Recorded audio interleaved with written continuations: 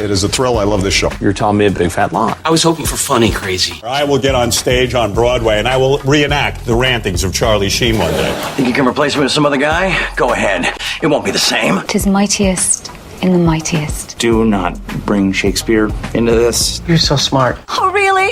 Well, so are you. Hi, everybody, and welcome to NSS. This is the Reynolds Report. While it looks like the XFiles miniseries is a go, Fox has ordered a 6-episode run of the popular 90s television show, and both stars David Duchovny and Gillian Anderson are on board. Great news for all you XFiles fans. Independence Day 2 is also on the way, with new cast members being announced left and right. While the lead of the previous movie, Will Smith, has not signed on to the sequel as of yet, a recent report claims that the wife of his character will be showing up again. Vivica A. Fox will be reprising her role as Jasmine Dubrow, a stripper who marries Smith's character in the first Independence Day. The fact that Fox will return to play her previous role has left fans speculating that Will Smith will be on board soon.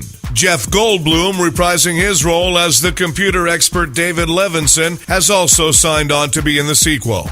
Pretty Woman is making its way to Broadway. Director Gary Marshall has confirmed plans to turn the 1990 romantic comedy into a musical. Marshall says he is collaborating on the theatrical version with producer Paula Wagner and the author of the original screenplay, J.F. Lawton. The sequel to Divergent, Insurgent, is doing well at the box office. This looks good for the chances of a third movie, Detergent. Louisville Slugger Bats has sold its brand to Wilson Sporting Goods. The deal is complicated, but essentially, the New York Mets still won't be able to hit with the bats. Driving just outside Santa Barbara, California, singer David Crosby hit a jogger, but the jogger is going to be okay. On the bright side, it was Crosby's first hit in 30 years. Travel professionals say that bookings for Cuba are through the roof as people try to visit Cuba before it changes. They mean before it goes Hollywood and changes its name to Cuba Gooding Jr. So far, the NCAA men's tournament has yielded some pretty exciting upsets. Probably that's what gave Ted Cruz the idea for running for president. And much is being made of the fact that presidential candidate Ted Cruz has a Cuban father and was born in Canada. He considers himself thoroughly American, though, except for his habit of cursing in Spanish while watching hockey.